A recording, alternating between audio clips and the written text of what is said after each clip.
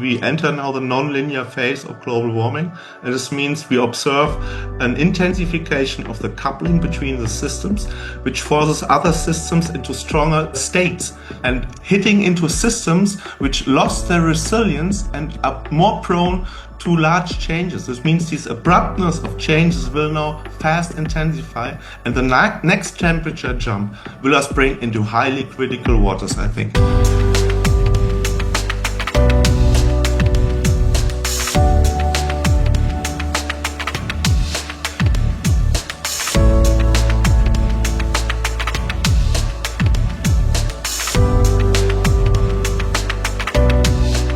Welcome. I'm Dale Walkinen, and this is Facing Future. The planet's temperature is rising. Nowhere is this more evident than in our oceans, which have absorbed 90% of the heat that our industrial civilization produces. Our water world is in peril as sea surface temperatures rise sharply and glaciers dissolve at both poles. Disbalancing ocean salinity and shifting polar vortices, leading to weird, new, and unpredictable weather patterns. With me today to discuss the accelerating climate crisis are German Earth System analyst Jan Omsonset and climate scientist Paul Beckwith. Welcome to you both. Jan, it's good to have you with us today. Thank you also. You've said that we need to look at the Earth system as a whole to really understand what's happening, what you call a wave train of events.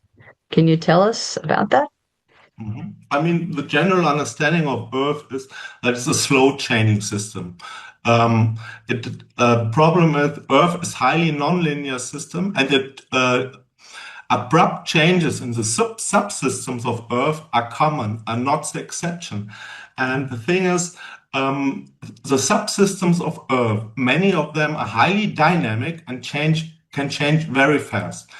Take, for example, the atmosphere. It's a highly dynamic system with many with abrupt changes that can build up and dissipate again. Or take the ocean surface. Surface ocean warming. It's just the upper mixed layer. This means just the upper 100 meters, 10 meters, 20 meters during summer. Or in winter deeper, some 100 meters. But the surface oceans can change fast. Or take the Greenland ice sheet. We think that Greenland ice sheet changes slow. But if you look at the subsystems the Greenland ice sheet consists of, you have, for example, albedo. The albedo of the ice sheet can change very fast. You just need large wildfires in the Arctic Circle. You need the circulation patterns distributing the soot on the ice shield. Then you have algae growth that speeds up, darken also the surface. So the albedo, for example, can also change very fast. Then you have currents in the oceans. Over here we have lots of currents that are now discussed that they will change, speed up, slow down, or break down. So also in the current system of the oceans, also they can change fast. Then we observe now how whole biomes on the terrestrial land masses, Canadian forests, for example, the fires in 23 suddenly may boom, and exceptional peaks suddenly happening. Or like a soot concentration in the stratosphere. We observe now how wildfires get larger and larger, and because it gets drier and drier, though they can expand much more faster, create their own weather system, and suddenly pump high amounts of soot into the stratosphere. So also the black carbon concentration in the stratosphere can change fast if you get a large number of big fires in a single year. So all these things combined mean maybe we underestimate how fast Earth can change. And this means in terms of extreme weather events, that's one part. Our main problem now, they go up non-linear, floods, heat waves, also large wildfires, not wildfires in area extent, but the large wildfires, they increase at high speed. And also marine heat waves you have. So also temperature maybe can also increase faster than we thought possible. Like, for example, now the recent acceleration, it was not foreseen. Now we have an acceleration, things like this. And this is the reason I think you have to see Earth as a whole. You have to look at all the subsystems, how they change, how they behave, how they are projected to behave, how they are interconnected, and how they can mutual amplify and force each other in new system states. Yeah. That's the reason I think you have to see it as a whole. There's a lot That was a tour de force. You Yeah. can speak more slowly. I know the climate crisis is accelerating, but we can still, because the audience needs to absorb what you're saying. So I'd appreciate You that.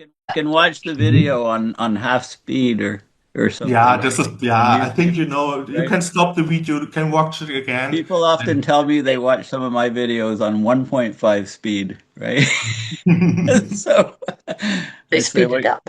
yes, yes. So Yan is a prolific poster on Facebook and other social media, and I'm surprised. Do you sleep at all, Yan? Because I see I stuff try not, constantly. I try not to work at night, but I Try love, not to work at night. I, So I, let's talk Mhm. about okay.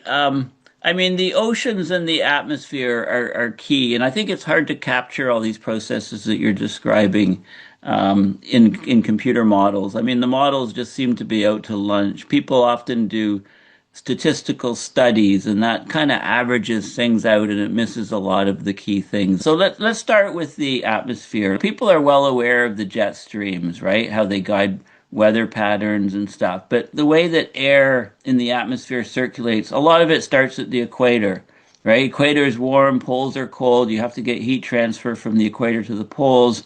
We have a system called the Hadley cell, where the hot Mhm. air is rising at the tropics, it spreads out, it goes poleward to about 30 degrees north latitude, 30 degrees south, and then descends down. You get the Hadley cell, and then there's gears. You get the Ferrel cell further north in the mid latitudes, and then you get the polar cell. So you had quite a few posts on how the Hadley cell is strengthening and the Mhm. implications of that. Do you want to go into that a little bit? Yeah, I mean, the main change we observe now that came as a surprise, the surface of the planet and the atmosphere, ocean surface, land masses surface, the coupling intensifies. This means one affects the other more, and then it feeds back on the surface or back again on the atmosphere. And this means what we observe now an intensification between surface processes and atmosphere processes. And one of these intensifications is higher sea surface temperatures across the tropics, mostly the Indo-Western Pacific warm pool, the largest warm water mass of Earth, about 28 degrees is the definition. And this warm pool expanded by 100%, doubled the size now. And you get a larger amount of convection. The convection rises and it goes poleward. And these air streams going poleward, they disrupt the jet streams and make it wavy and stuff like this. And downstream, you get knock-on waves and stuff like this. But most important is it's hot upper air. So in the tropics, hot upper air is produced by large amounts of precipitation, and these hot upper air comes down the high pressure belts. And we have now these insane heat waves in the Mid East, North Africa, for example, also like in Southeast Asia or South Asia. And often these heat waves are intensified by hot upper air that sinks down over them and which is produced by a large amount of precipitation. So this means in Hadley cell of which upper circulation is intensifying, goes more poleward. This means hot upper air comes down over the heat waves and reinforces them. And this is a large problem. Then you get more stuck weather patterns, more blocking patterns, because mid-latitude circulation starts to become more wavy, like you blocking and jet streams. Like you had also this topic. Right, right. So then the Hadley cell then connects like a gear to the Mhm. Ferrel cell, which is the mid-latitude circulation cell. These cells, of course, very importantly, create low pressure areas and high pressure areas on the surface of the Earth. So the Ferrel cell is also strengthening and expanding. Okay, In a so way. so therefore the polar cell has to be shrinking, getting smaller in size. Is that correct? Like, and Difficult. Actually, yeah. Mhm. Well, how can the Hadley and Farrow both get larger and um, for stronger for and not, how does the polar cell change then? It has to get smaller. It can't get larger. The Earth is only so big. I had like now a recent study also on the Hadley cell, and the Hadley cell gets squeezed. The intertropical convergence zone moves north, and those thereby it reduces the latitudinal extent of the Hartley cell in the northern hemisphere. So Right, right. it seems like the Hartley cell gets in the northern hemisphere and moves northward, but also gets smaller because the intertropical convergence zone goes also north. And the intertropical convergence zone, this is a band of tropical rainfall, usually Mhm. based close to the equator. And this is what has impinged on the Indian monsoon, which has pushed up against the Himalayas. And it's actually been seen on satellite images to actually Ah, cross the Himalayan divide and provide lots of rainfall to very dry areas in Tibet. I think the key point is all this stuff is very much connected, and we need more people to think of systems, right? Like most scientists, they specialize. Everybody wants to focus on one specific area and become an expert, but we need to understand how all the pieces of the puzzle go together. So, I mean, this is what I love about your post because we think exactly the same on that. It's a mhm. system that's key. So we have a problem. We focused on the Arctic, but Antarctic, meanwhile, has come and changed completely in the last decade, Yeah, full completely and surprise. utterly with sea ice. So let's talk about Antarctica a bit and also the Arctic. In a way, we could say the future of humanity decides around the South Pole, more or less. The Arctic Yes. is the main climate regulator of the planet, including the Southern Ocean and the Southern Hemisphere Ocean. Because it's like to heat up a water planet is a very stupid idea, actually. The oceans accumulate huge amounts of energy. They're a heat storage system. And most of this energy accumulation happens on the Southern Hemisphere because there are the oceans. There we have the area extent.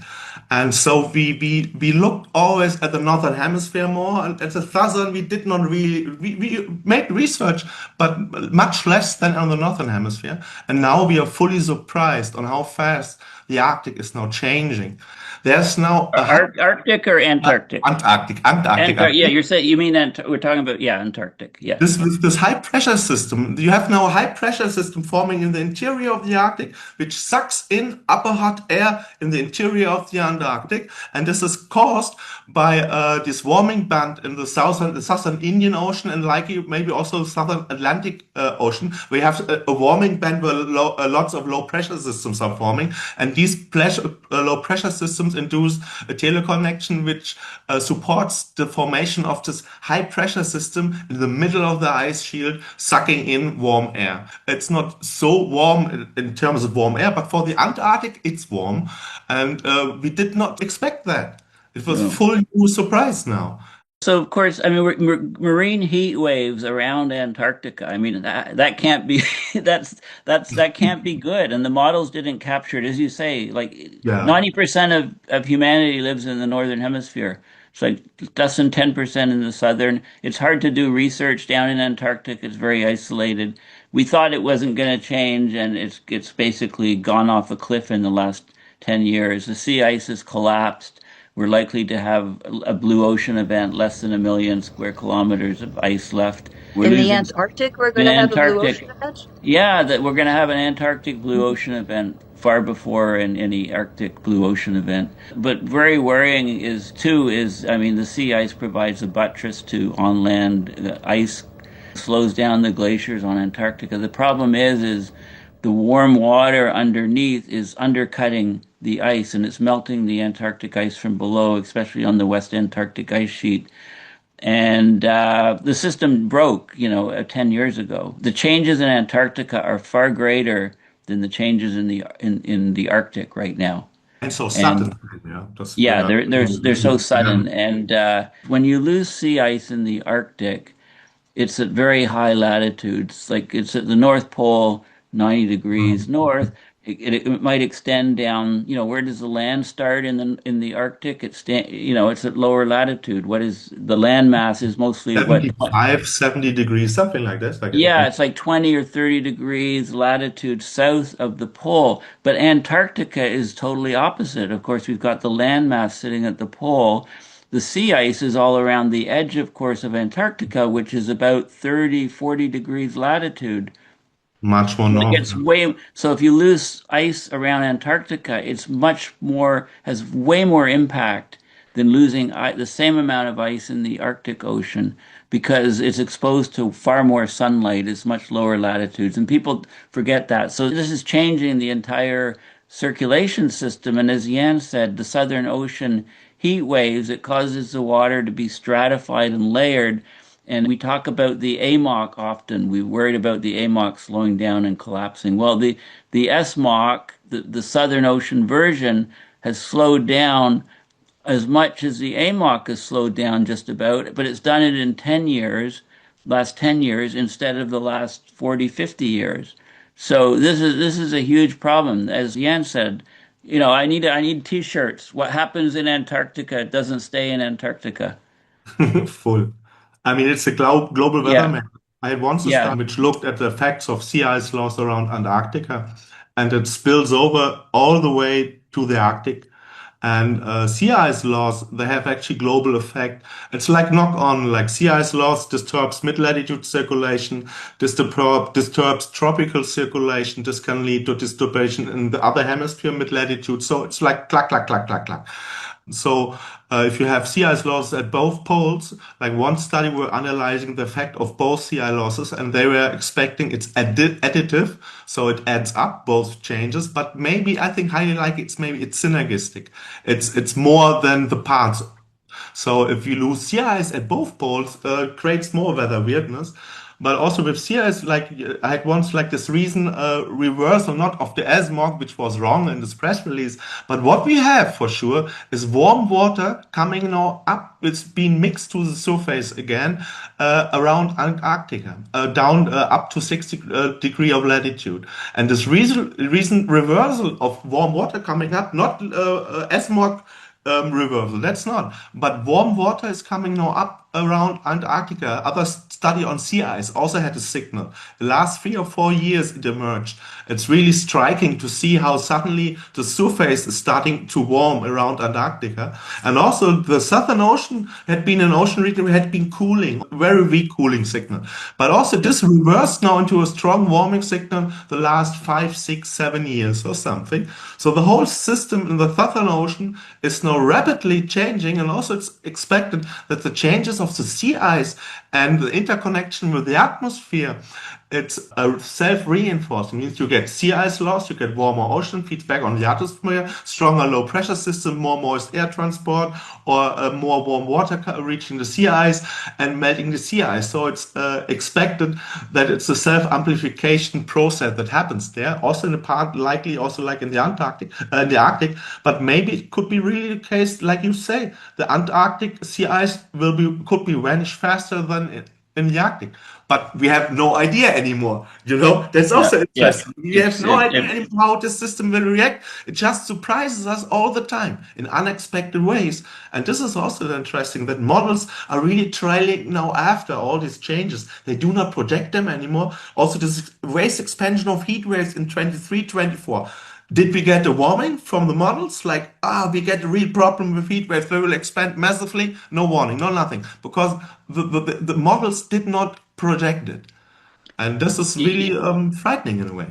Yeah, I mean, the heat waves in 2023, 2024, they rocketed at global average temperatures above 1.5, and scientists with their models couldn't basically believe what was happening. And the wildfires, of course, in Canada in 2023 directly related to those heat waves. And we're getting, I call it weather weirding, weather Mhm. wilding, weather Yeah. whiplashing. I mean, it swings from one state to another. So I don't know, Dale. I'm sure you have lots of questions. So have we lost you completely, or Well, it? you were so intense in your conversation. I thought I'd just let it roll. I mean, it was going so well. Well, we can just So continue, but let's have a few Stays, questions. stays how for can I get sure. a word in edgewise between the two of you? I mean, really, but that's fine. So let's talk about the albedo of the Earth, which of course is hugely important. The polar ice stay clean and white instead of turning to as the blue ocean event that this is the first time I've heard that the Antarctic is threatening to. That's a huge, massive of glacial ice. Hard to think that that's going to turn to ocean, but During is it? summer, during And summer. what's happening with the albedo of the Earth in the last decade? Where I'm where the polite. earth the earth is it, metaphorically and physically, the earth is getting to be a much darker place. Metaphorically, psychologically, look at all the dystopian fiction that's coming out and all of the chaos and craziness. A lot of it is governments responding to reduced resources, really, saying we want everything ourselves because we're going to be on a very limited earth. How are we going to grow food if the whole climate system shifts, which is what we're doing? Like the rain happens in places where it didn't before.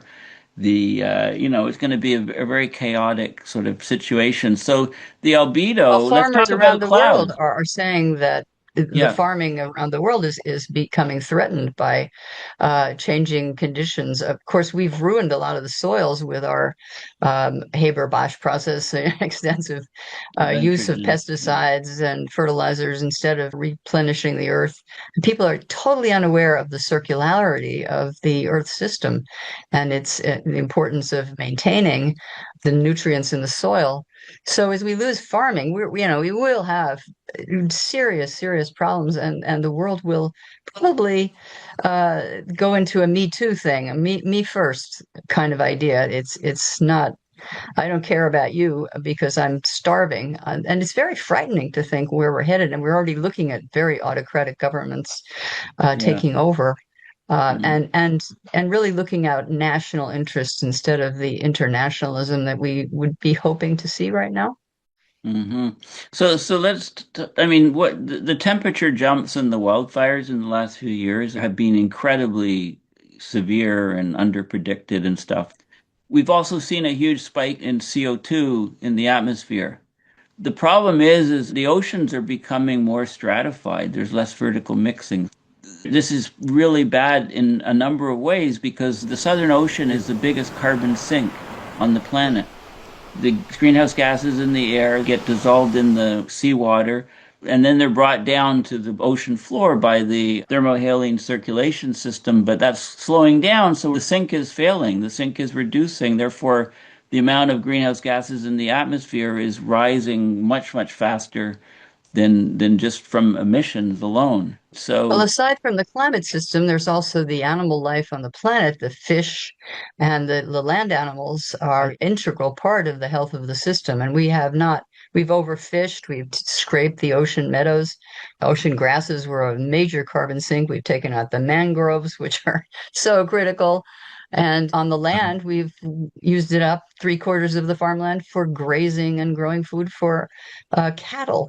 So a big part of this is how we regard the rest of life on our planet, especially the animal life on the planet. mhm. Yeah, I mean, Jan, what are the main reasons you think for these heat waves in the last couple of years? Is it the fewer clouds, fewer low-level clouds? So the Earth is definitely darker, right? It's Because fewer clouds, sea surface temperatures skyrocketing, precipitation, hydrology cycle enhanced. Aren't we in danger of going to multi-year El Niños, which, you all is know, possible. All is possible and all is bad. If you get a lot of La Niñas, this means the ocean takes up a lot of heat and this produces much stronger El Niños. You don't want to have that. If yeah. you get more El Niños, they get likely weaker because you have a higher heat release to the atmosphere. So maybe more El Niños better than more La Niñas, and suddenly, bam, comes a very extreme Yeah. El Niño. So either way, it goes downhill. Yeah, Heat. I mean, you talk a lot about the warming in the Indo-Pacific and Mhm. that, and that's the marine heat waves there are huge and they're Yeah. expanding. There's a much larger area of them. I You mean, talk about that a lot. So, the problem is with marine heat wave, every region is special in a way. The set of drivers is different. And also the development often is a seasonal signal, but also they get more permanent often in many regions. And like, for example, North Pacific, you have one side, you have Kuroshio, heat transport northward. This is this western boundary current east of Japan, going north, transporting heat northward, and then going in the extension to region to the east into the North Pacific. And it's a massive heat transport northward. And then you have higher level of stratification. This means the upper ocean, the mixed layer becomes thinner than normal during summer or spring. This makes the ocean surface prone for high pressure systems which can heat up the surface very fast. And if this happens, you get feedback. One thing is warmer surface oceans start a cloud feedback. Lesser clouds. Lesser clouds lead higher energy uptake of the surface oceans, which then increase stratification.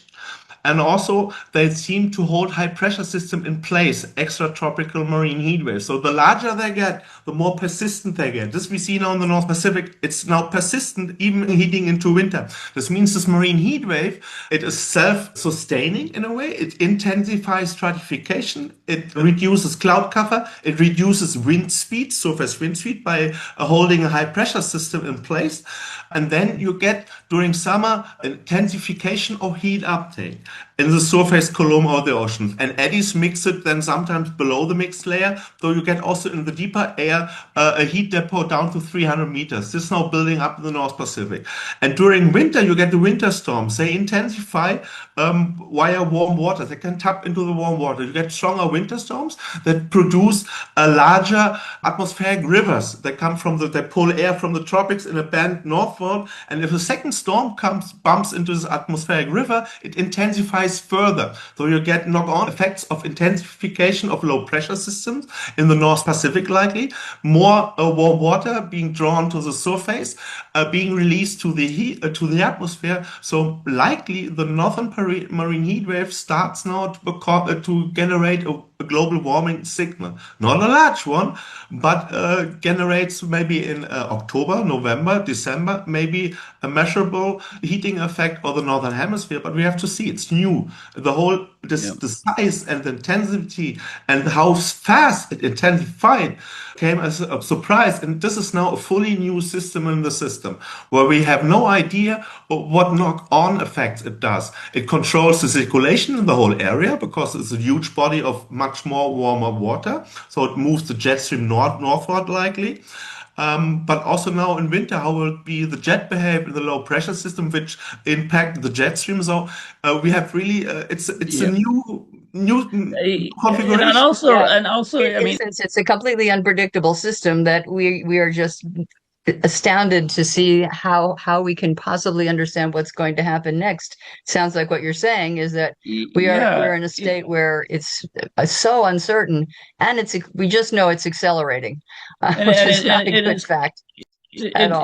It's chaos, like it's chaotic. It's chaos, and the rate of change. Everything's happening so much faster. I really don't like the term new normal because unless you say the new normal, the new normal is going to last for a year, and then the next year there'll be another new normal and a new normal. So there is no new normal effectively. So I have to talk. Let's talk about paleo records, okay? Like Dale, the Miocene period, 5 million years ago, back 23 million years ago, greenhouse gas levels were 400 to 600 parts per million. Arctic was 18 degrees Celsius warmer than today. So the mean annual temperature was something like 4.5 degrees warmer than today. And when the greenhouse gas levels dropped 125 parts per million, the temperature dropped 6 degrees. So when we're trying to figure out Earth sensitivity, it is far, far higher than mainstream science recognizes. James Hansen is closer to reality. So the whole thing, if anybody gets a couple key points out of this whole session, is that the Earth is capable of massively large changes over very short periods of time. And it's very sensitive, and all the parts are connected, and all the parts are changing. And probably the biggest concerning changes in the last decade are what's happened in Antarctica, which we have the least amount of data and knowledge on because it's so isolated. We can look back in the geological record and see that there were very hot periods and very cold periods, and we live in a very volatile planet that we are unaware of. Even if we weren't changing the climate, it is Earth is much more volatile than we have ever imagined. Yeah. Thank you both for Well, today. we'll let I Jan really just say appreciate your one conversation. closing. Jan, go ahead, just say a sentence or Okay. two. Like, what is your key impression? My key message is like we enter now the non-linear phase of global warming, and this means we observe an intensification of the coupling between the systems, which forces other systems into stronger states. So if the subsystems, the variability of the subsystems intensifies, you get stronger knock-on effects and hitting into systems which lost their resilience and are more prone to large changes. This means this abruptness of changes will now fast intensify, and the next temperature jump will us bring into highly critical waters, I think. Very So, in dangerous. other words, we all need to buckle our seatbelts Yeah. This seems like to on this planet. this is On to that wonderfully cheerful note, thank you so much, and we hope to see you again. thank you, love. It was fun. Yes, thank you. I think we could go on all day.